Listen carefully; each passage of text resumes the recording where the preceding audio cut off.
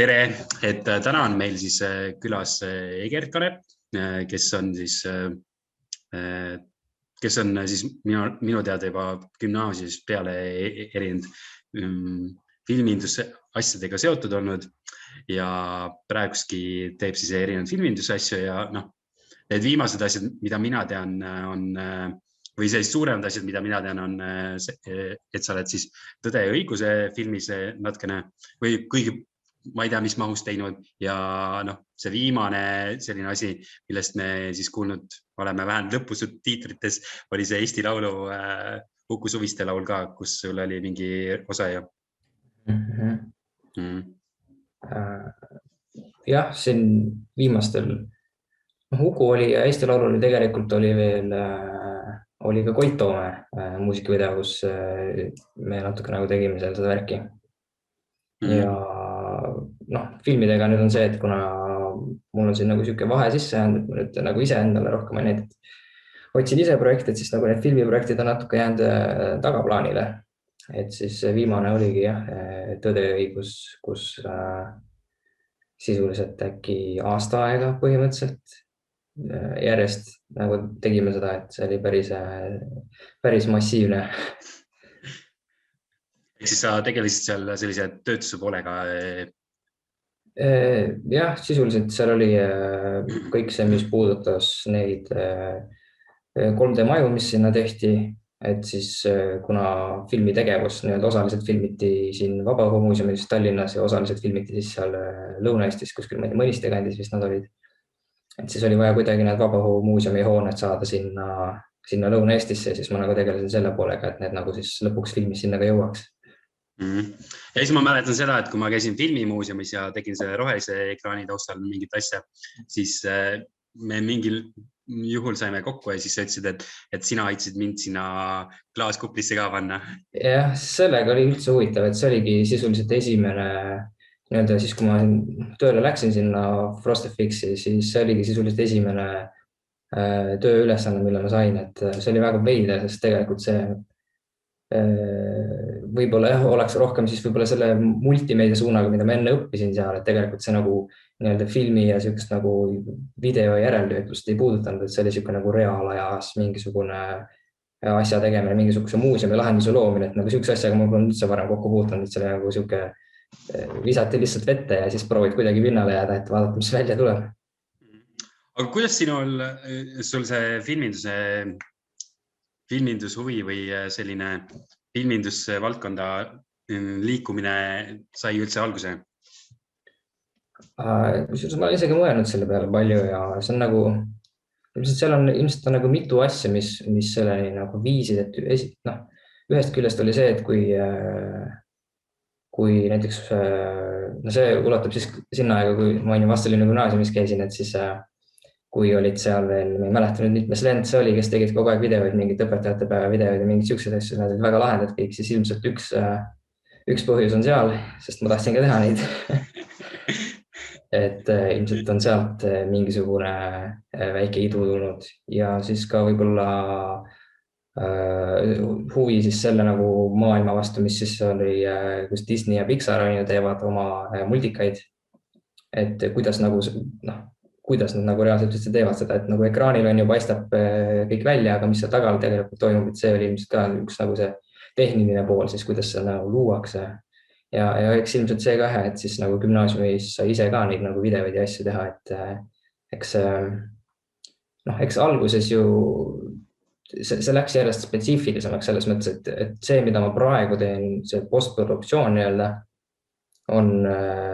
see on kogu sellest tootmisprotsessist, see on üks nagu viimaseid punkte ja see on üks nagu kõigi spetsiifilisemaid osasid seal, et kui me võtame mingisuguse,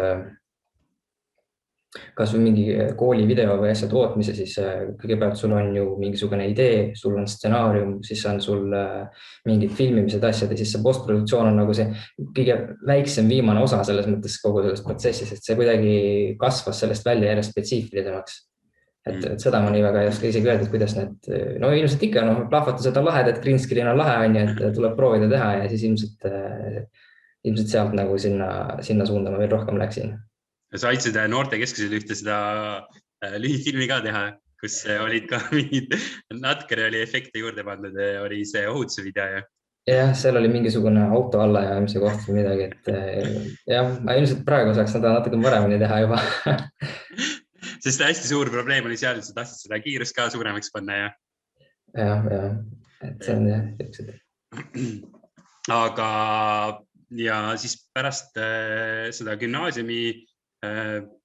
mis siis edasi sai? Siis oli mul 2 nii-öelda varianti. Tegelikult ma gümnaasiumi ajal käisin ka, kuna mind see filmi pool nii väga huvitas, siis ma tegelikult tahtsin minna sinna Balti Filmi Meediakooli, siis ma käisin ka tegelikult tudengivarjuks seal varjutamas siis ühte tudengit, kellega me siis käisime loengutes ja siis ma kandideerisin ka sinna peale gümnaasiumi, aga sinna ma ei saanud sisse. Ja siis mul oli nagu see teine variant, kuhu ma kandideerisin seal Viljandi Kultuuriakadeemias ja siis kui ma sinna sain, siis ma otsustasin nagu sinna minna. Et ma olin ka tegelikult seal, ma ei olnud küll tudengivarjuna käinud seal, aga ma olin käinud ühe mingisuguse muusikute, mingi noorte muusikukool oli mingisugune selline väike laager seal. Et siis ma tegelikult nagu suhtlesin ka nende multimeedia tudengitega seal, et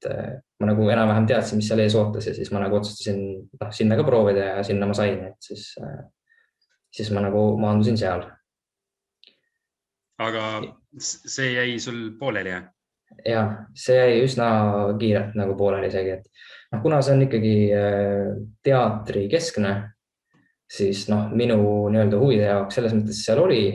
mingisugust asju, mis mind ka huvitas. Aga jah, mingisugused lavakujundused või mingid väga teatrikesksed ained, mis seal olid, mind väga nagu ei võlunud ja ütleme nii, et see kuna mulle see väga-väga meeldis, mida ma nagu teen, siis ma ei olnud selles mõttes nõus oma aega nii-öelda panema siis sinna, kus ma ei näe, et ma seda nagu rakendaks oma nagu nendes asjades, mida ma teha tahan. Et sellepärast ka nagu üsna kiirelt see otsus tuli, et ma tegelikult kui ma tagantjärgi nagu mõtlen, et siis võib-olla kuna seal oli praktikaaeg ka ette nähtud, et siis tõenäoliselt siis mu üks eesmärkidest tegelikult selle praktika käigus oligi minna sinna FrostFX-i praktikale, mis tegelikult siis ei ole tegelikult üldse selle teatri valdkonnaga seotud, aga kuna meil oli see õppejõud või see, kes meil seda korraldas, seda asja, seal oli siuke üsna avatud selles osas, siis ma nagu sain ikkagi sinna pressida ennast praktikale. Ja siis sisuliselt peale seda, kui ma praktika läbi sai, siis ma võtsin akadeemilise puhkuse aastaks ajaks, et ma ei peaks kaitseväkke minema kohe. Ja siis ma sisuliselt suvest läksingi tööle nagu sinna Frosti, et ma tegin nagu, võtsin akadeemilise puhkuse, siis ma tegin nendega nii-öelda mõned siuksed testtööd ja siis ma nagu läksin sinna ja töövestlusele ja siis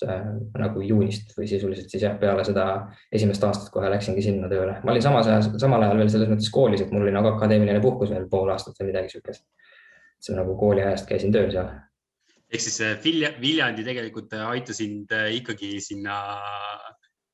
ettevõttesse tööle? No selles mõttes küll jah, et mul oli nagu see ülikooli nii-öelda osa oli minu jaoks ainult see praktikale minek, et see oli nagu see asi, mida ma sealt tahtsin ilmselt saada ja selle ma sain ka ja siis selle jaoks oli, sellega oli see kool nagu oma eesmärgi ära täitnud minu jaoks. Aga mõtlen seda, et kui praegust nagu tagasi mõelda, kas sa oleks pidanud midagi teistmoodi tegema sisse astudes, sest tihtipeale ongi see, et väga selge nägemus on kuskil selle kohta, et mida tahetakse teha ja mu enda näide on täpselt samasugune. Mul oli väga selge nägemus, kuhu ma tahtsin minna. Ma ei saanud sinna sisse ja siis ütlesin, et käib ka. Ja siis tegelikult tagantjärgi olengi mõelnud ise, et oleks võinud asju teistmoodi teha. Aga kuidas sinuga on? Selles mõttes ma tunnen, ei ole nagu selline olukord päris, sest kuna see asi, mida ma ikkagi nagu teha tahan, on nii spetsiifiline, et ükski kool lihtsalt ei õpeta seda vähemalt sellisel tasemel ja sellises mahus, nagu mul vaja oleks reaalselt tööd teha. Et selles mõttes ei ole. Üks asi, mida ma küll mõtlen, on nagu see, et tõesti mingisugune kõrgharidus võiks iseenesest olla, ma ei välista, et ma kunagi võib-olla lähen ka omandama seda, et eks midagi pole igavesti, võib-olla üks hetk ma ei tee seda tööd enam, et siis on nagu natuke see, et okei, et samas võiks olla mingisugune asi, millele siis edasi minna, aga see ei ole võib-olla nii kriitiline minu jaoks. Kaua sa seal Frostis olid? Kokku 2 aastat. Et see oli sellepärast, et siis mul Kaitsevägi tahtis, et ma tuleksin oma seda riigi kohustust täitma, oma kodaniku kohustust ja siis ma pidin nagu ära tulema sealt. Aga sellega oli ka huvitav, et kuna mina otsustasin minna asendusteenistusse, ma ei käinud nii-öelda siis nagu selles Kaitseväes kuskil Kuperjanovis või kuskil, et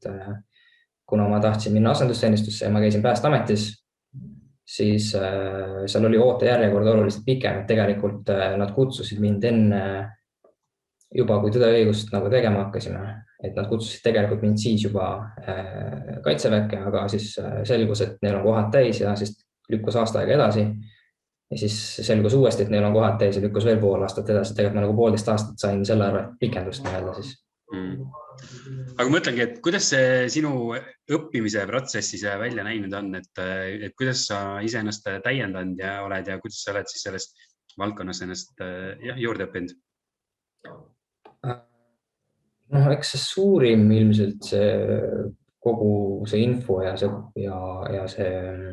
kogemuste pagas tuleb ikkagi ise õppides siin mingisuguse YouTube'i tutoriali kaudu või siis mis iganes platvorm on veel mingid Vimed või asjad ja foorumid. Et see on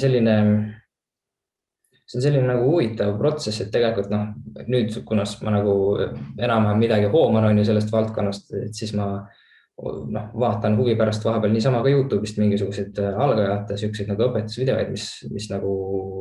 väga palju vaatamisi asju koguvad, et tegelikult levib või selles mõttes väga palju õpetatakse valesti. Et räägitakse valedest mingitest terminites või tehakse nagu kasutatakse valesti mingeid asju. Et see on nagu nii, see teeb palju keerulisemaks selle õppeprotsessi, sest tegelikult sa võid nagu nii 0,5 aastat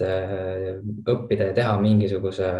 teadmise põhjal siis mingit järgmisi õpetusi või asju läbi teha ja tegelikult sa teed nagu baas asju valesti, et siin on nagu seda kukkumise kohti nii palju lihtsalt. Et see on nagu see info, mis nagu tuleb läbi töötada, on lihtsalt kordades suurem kui see, kui sa saaksid kuskil koolist ja keegi seletaks sulle, et sa saad selle pähklilt palju kiiremini kätte kui siin niimoodi ise tehes. Ja eks palju õpib ka nagu seal, ma arvan, et kõige rohkem ma õppisin siis, kui ma töötasin reaalselt.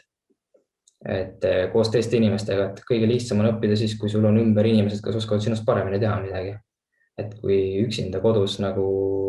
õppida, ma ei tea, peale kooli või mis iganes, nagu ma alguses tegin, siis see nagu progress on niivõrd aeglane tegelikult. Et siis alles hakkab see asi kiirust koguma, kui tõesti kuskil sellises kas mingi stuudio või tiimi keskkonnas saab siis teistega koos teha ja kus inimesed nagu teavad sinust rohkem ja oskavad võib-olla paremini teha, et seal on nagu niisugune sünergia või tekib suur rohkem motivatsiooni ka, et selle käigus õpib päris palju. Siis ma hakkasin selle peale mõtlema, et kui ise on nagu raske õppida ja kool võib-olla kiirendab seda, et kas sul siis vahepeal oli mõtet, et võiks ikkagi mingit asja, mis on selle valdkonnaga seotud, kuskile kooli õppima minna või Eesti ongi selleks piiranguks, et Eestis ei ole võimalik seda lihtsalt õppida? Oli küll plaan, selles mõttes isegi kui ma töötasin, ma arvan, et ma olin isegi äkki 0,5 aastat või aasta töötanud, sest Tartu kunstikoolis tegelikult on olemas 3D kunstniku eriala siis. Ja ma mõtlesin nagu tõesti selle sisseastumise ja proovimise peale sinna ka. Aga kunstikoolidega on selline naljakas asi, et kõik eeldavad, et sa peaks oskama joonistada. Et sul oleks mingisuguseid maale ja mingisuguseid söega joonistatud asju ja mida kõike veel. Ja mina ei oska. Seega see kunstikooli variant oli nagu selles mõttes natuke nagu ulatusest väljas, et sinna ei saa sisse jälle. aga see selles mõttes ei olnud võib-olla ka halb asi, et noh, ma ei saa siin nagu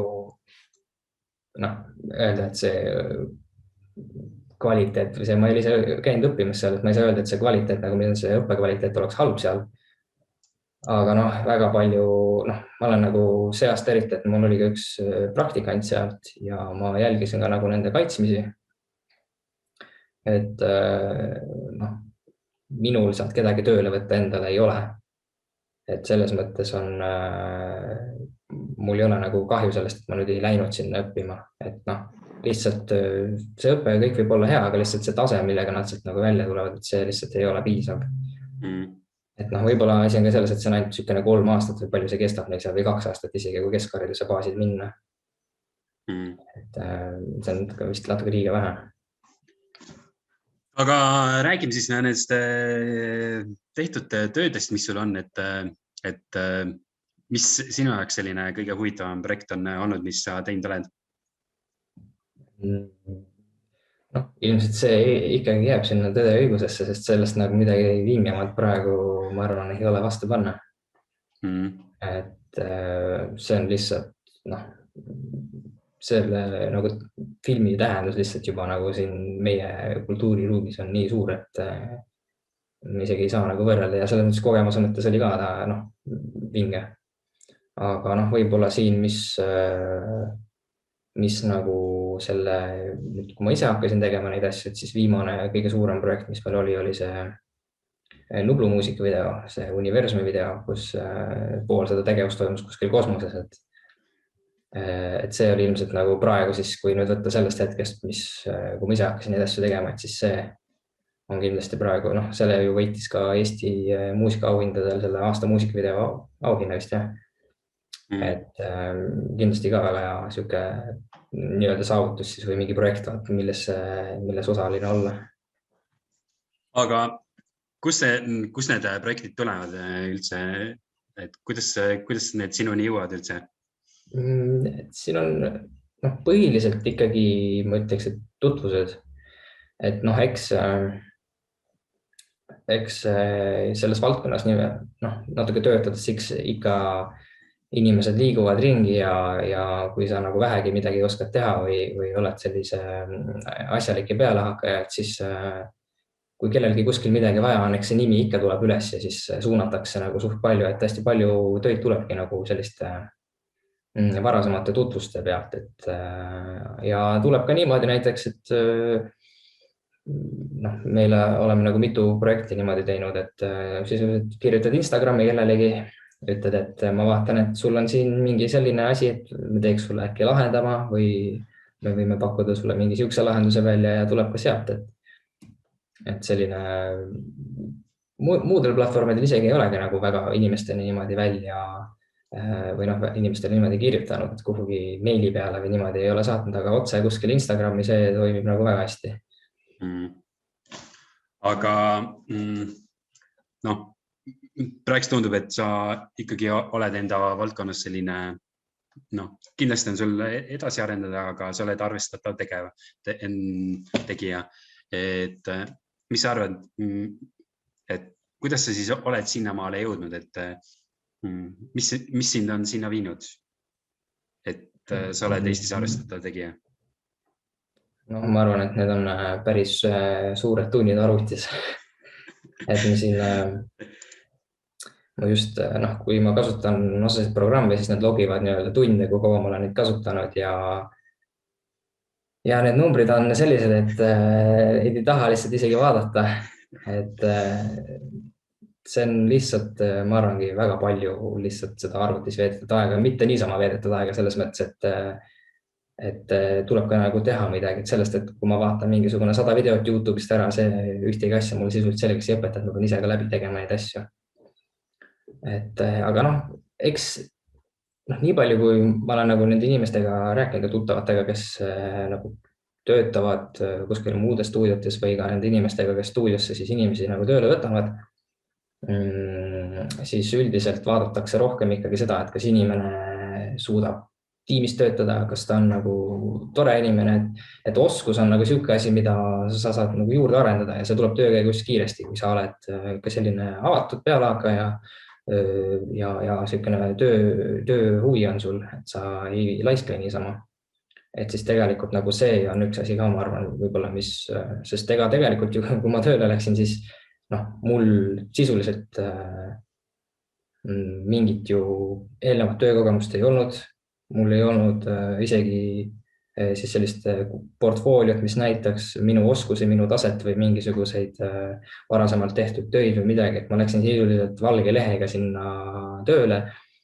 Et ju siis need, kes mind sinna tööle nagu võtsid, nägid midagi muud kui seda ainult, et ma oskan nüüd teha mingid ilusad pilti arvutis, et võib-olla nad pigem olid selle mõttega siis, et võib-olla kui ta nüüd meil siin töötab, on ju, et siis ta jõuab sinna tasemeni, kus ta saab nagu teha siis korralikult tööd selles mõttes. Et see alati ei ole nagu määrav. Siis ma hakkasin selle peale ka mõtlema, et kindlasti on, et kui sa oled enda valdkonnas nagu tegija, siis ja sa tahad ikkagi mingit töid endale saada, siis vahepeal küsitakse, et aga kas sul mingid paberit ette näidata ka, et kui palju selliseid olukordi on tulnud?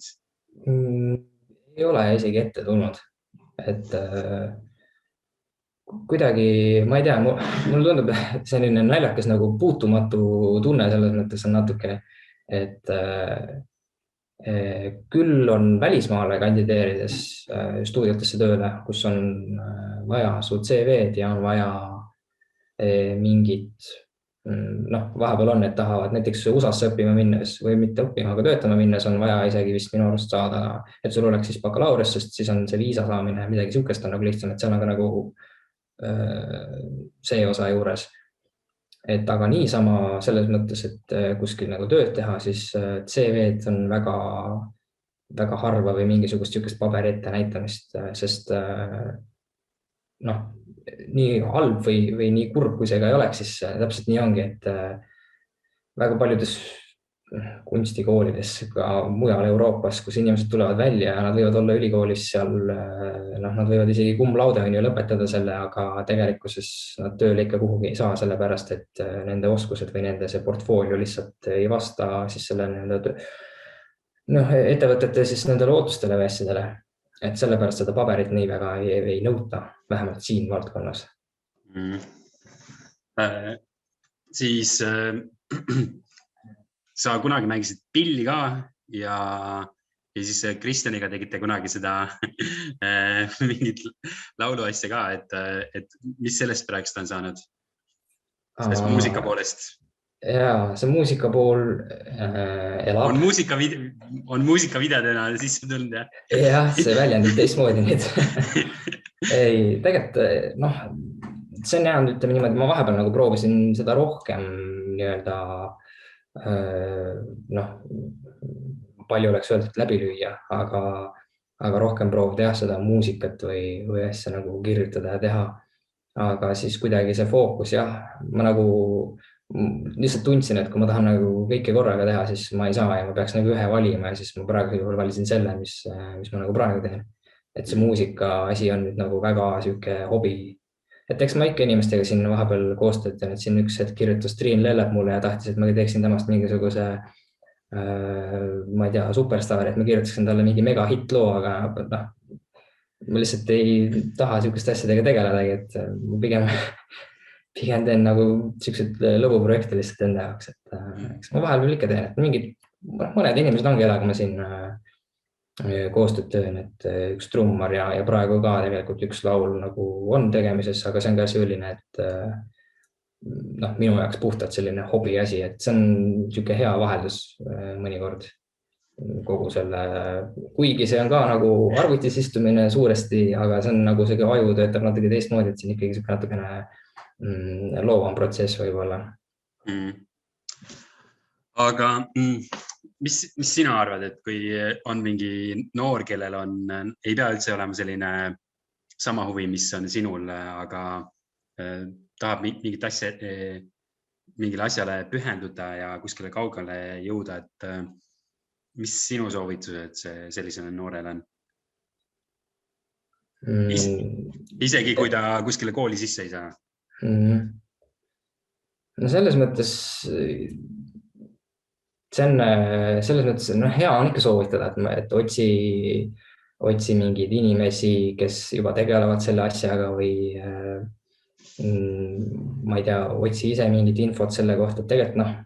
öelda on seda lihtne, aga teha on tegelikult jube raske, sest on nagu vähe tegelikult võib-olla neid asju, millesse sa saad nii lihtsasti sisse kuidagi astuda, et mõned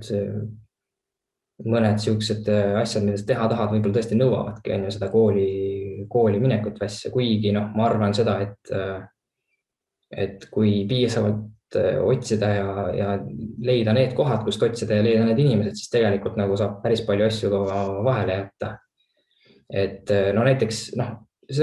üks asi, mis on väga halb selles mõttes, et vedama peab, et vedama peab ka kõvasti. Minul vedas, sellepärast ma nagu sain nii palju asju vahele jätta. Et see on üks nagu siuke asi, et alati ei vea ja siis on nagu veel raskem. Eriti kui sa nagu ise kuskil proovid punnitada. Aga soovitada. Pigem võib-olla on see, et ei tasu nagu endal ka teades peale seda gümnaasiumi või põhikooli lõppu, et on see, et oi, et mul on nüüd suured eluvalikud ees, ma pean nüüd valima mingisuguse tee, kas ma lähen nüüd kutsekooli või ma lähen kõrgkooli ja siis ma pean nüüd sellega tegelema ja siis ma lähen tööle sinna, et tegelikult mina olen praegu ja siis ma saan 24 see aasta, ma tegelikult ei tea mitte midagi veel elust ja kui ma peaksin nüüd valima hakkama, et kui mul nüüd täna lõpeks kool ära, ma peaksin nüüd homme valima hakkama, et kas mida ma edasi õppima lähen või mis järgmised sammud on, ma ei teaks praegu ka. Et selles mõttes võib-olla mitte üle koormata ennast selle mõttega, et ma pean tegema selle õige valiku või midagi, et sa ei peagi tegelikult midagi tegema, et tee kõigepealt lihtsalt midagigi. Kui sa ei ole kindel, siis ära mine kooli kohe, tee midagi muud. Et sa oled noor ja kasvav inimene, et ära pane ennast kohe kuhugi rongi peale ja sõida ära kuhugi, et võta natuke kas või aeg maha siis näiteks ja tegelikult ära uuri õppevõimaluste kohta võib-olla isegi nii palju, et tegelikult ju õppimine on muidugi üks osa sellest, kuhu iganes sa tahad saada või jõuda. Aga võib-olla ka uurida seda niipidi, et juba selle valdkonna töösisu või otsida neid inimesi, kes on selles väga tuntud või väga tunnustatud juba, et hakata teisest otsast pihta, et mitte proovida seda tavalist teed minna, kus sa siis astud neid haridusredeleid mööda üles ja lähed oma esimesse töökohta ja siis hakkad seal edasi õppima, vaid proovida jätta need osad vahele ja minna otse nende juurde ja nende inimeste juurde, kes juba teevad seda ja kes juba teavad, et isegi kui sa võib-olla lähed töövarjuks, sa võib-olla kirjutad niisama, küsid mingeid asju, et tegelikult kirjutada tuleb inimestele lihtsalt palju, et see selline hea see moto on, et ega sul ju kaotada pole midagi, kui sa kirjutad, aga võita on väga palju. Et soovitan lihtsalt, mis vähegi huvi pakub või kes inimesed vähegi tahaks rääkida, tuleb lihtsalt kirjutada ja kui nad vastavad, siis on eriti kõva. Selle vedamise kohta ma ütlekski seda, et kui sa midagi teed, siis ongi see, et see võib edasi vedamiseni viia ja üks asi võib järgmise asjani viia, aga kui sa mitte midagi ei tee, siis tavaliselt vedamist ei toimu, et tehes toimub. Ja mõtlengi seda, et kui sa ütlesid, et tuleks võtta ühendust inimestega, et siis kui paljud üldse võtavad jutule? Vaata, nüüd on raske öelda, sest kui ma saan ainult rääkida oma sellest nendest inimestest, kes minu siin selles valdkonnas töötavad või teevad seda, et siis kuna suuresti kõik inimesed, kes teevad seda, on väga hingega selle asja juures, siis nad ikkagi vastavad ka. Et kui sa kirjutad kellelegi, kes teeb sellist väga mingit sükust klassikalist mingit kontoritööd või midagi, et siis sealt tõenäoliselt seda vastust ei pruugi tulla, aga kui sa kirjutad süksusele vähegi mis on niisugused nagu noh, teistsugusemad mingisugused alad või see nagu töö etikett ja see kõik on nagu teine, et inimesed väga nagu hingega asja juures nad teevad, et siis sealt tõenäoliselt tuleb see vastus ka. Ja see on täiesti normaalne, kui sul 1/10 vastab võib-olla, et see on jumala normaalne, kui isegi sul mingisugune 1/100 vastab, sa oled palju vaeva küll näinud, on ju, aga keegi vähemalt sul ikka vastab, et selles mõttes ei tasu seda karta, et see on nii tüüpiline ka, kui kuhugi saadetakse oma CV või portfoolio siis tööle saada ja sulle või vasta ükski tagasi nagu. Et see on lihtsalt selline reaalsus, aga jah, sellepärast ongi,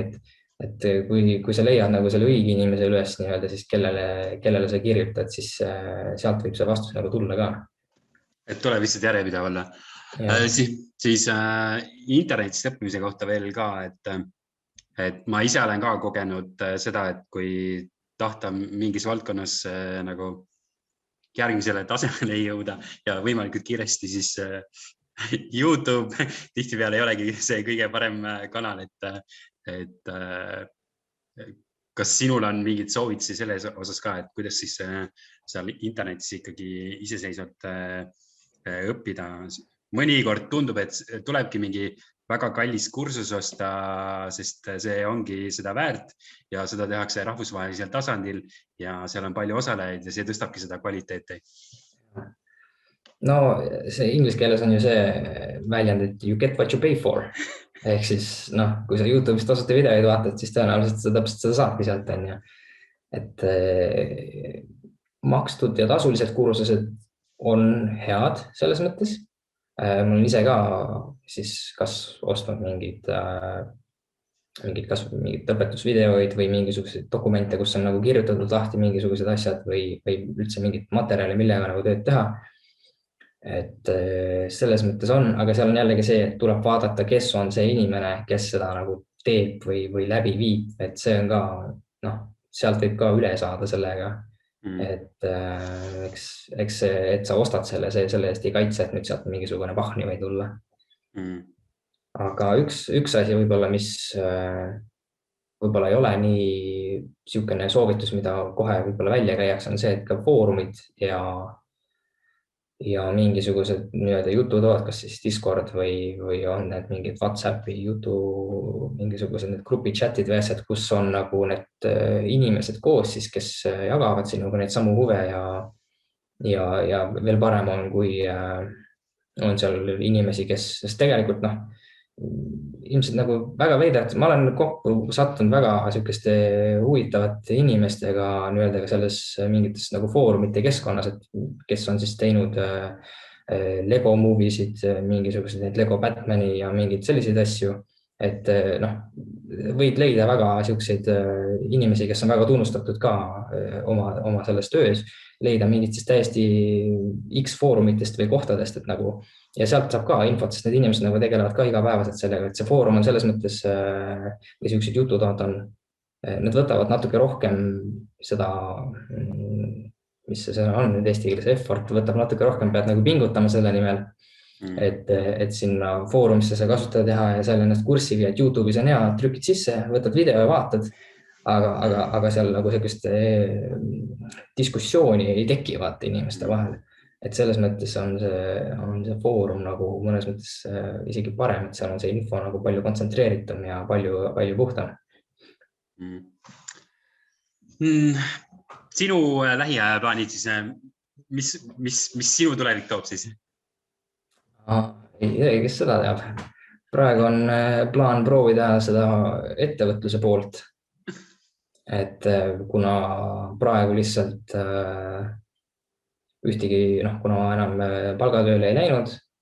ja mul seda kaitseväe kohustust ka enam ei ole, et ma saan nagu justkui võtta ja pühendada ennast sellele, siis ja mul ei ole nagu mingisuguseid selles mõttes muid kohustusi ka selles, et mul ei ole mingit laenu või mul ei ole mingit lapsi või pere, et ma peaksin nagu muretsema, et ma saan võtta nagu sellise riski ja proovida ettevõtet teha ja ma mõtlesin, et see on nagu kõige parem aeg praegu see nagu trikk ära proovida, et kui ei tule välja, siis ei juhtu midagi, kui tuleb välja, siis on nagu jälle midagi lahedat. Ja kõik teevad niikuinii videosid kogu aeg. Eriti praegusel ajal just. Et praegu ongi, eks selles mõttes praegu tahaks õppida lihtsalt rohkem ise olema selles nii-öelda noh, varem olid lihtsalt, sa teadsid, et sa lähed hommikul tööle, sa teadsid, mis sa tegema hakkad, sa teadsid, mis sa homme teed ja sa teadsid, mis ülehomme ka teed, on ju, ja siis üle-ülehomme on reede, et siis on juba põhimõtteliselt vaba. Aga praegu nüüd on natuke teistmoodi need asjad, et nüüd proovin lihtsalt ümber harjuda selle uutmoodi nii-öelda selle eluga siis natukene ja proovida ka nagu siis olla rohkem selles mõttes ettevõtja, et mõelda ka selle pidi, kuidas ettevõte saaks siis kasvada või laieneda, et mul ju mingit ettevõtluskoolitusi mitte midagi ei ole teinud, et kõik see raamatupidamine ja need asjad, et see on mingi müstiline maailma jaoks. Et proovin praegu. Et mingis mõttes hakkab uus ring pihta? Ei, kindlasti, jaa. Just teadmiste poole pealt, jah? Ja. Et noh, praegu jah, muidugi ülilahe oleks, kui nüüd jõuaks juba selle aasta sees tekitada ka uue töökoha juurde ja inimene võtta kuskilt enda meeskonda veel juurde, et praegu on meid 2 ainult. Et aga noh, praegu lihtsalt on see, et kuna see firma on noor, töö sükene vool on väga kaootiline, et siin mõni kuu on mitu projekti, mõni kuu on vaikus. Ja see rahavool on ka selles mõttes nagu ei ole konstantne, et väga raske on võtta kedagi nagu tööle praegu lihtsalt, et tagada see igakuine nagu palka sellele inimesele. Aga Egert, ma tänan sind selle vestluse eest, et ma arvan, et siin oli väga palju häid mõtteid, mida siis need kohalikud noored saavad vaadata ja nad kindlasti saavad mingid mõtted, et kuidas siis ise toimetada ja siis ongi see, et kui on mingi unistus ja selge siht olemas, siis saab väga erineval moel sinna eesmärgini jõuda, et ei ole ainult üks selline kindel tee, vaid tegelikult neid võimalusi on hästi palju. Et ma arvan, see vestlus oli väga hea ja aitäh sulle selle eest. Aitäh kutsumast.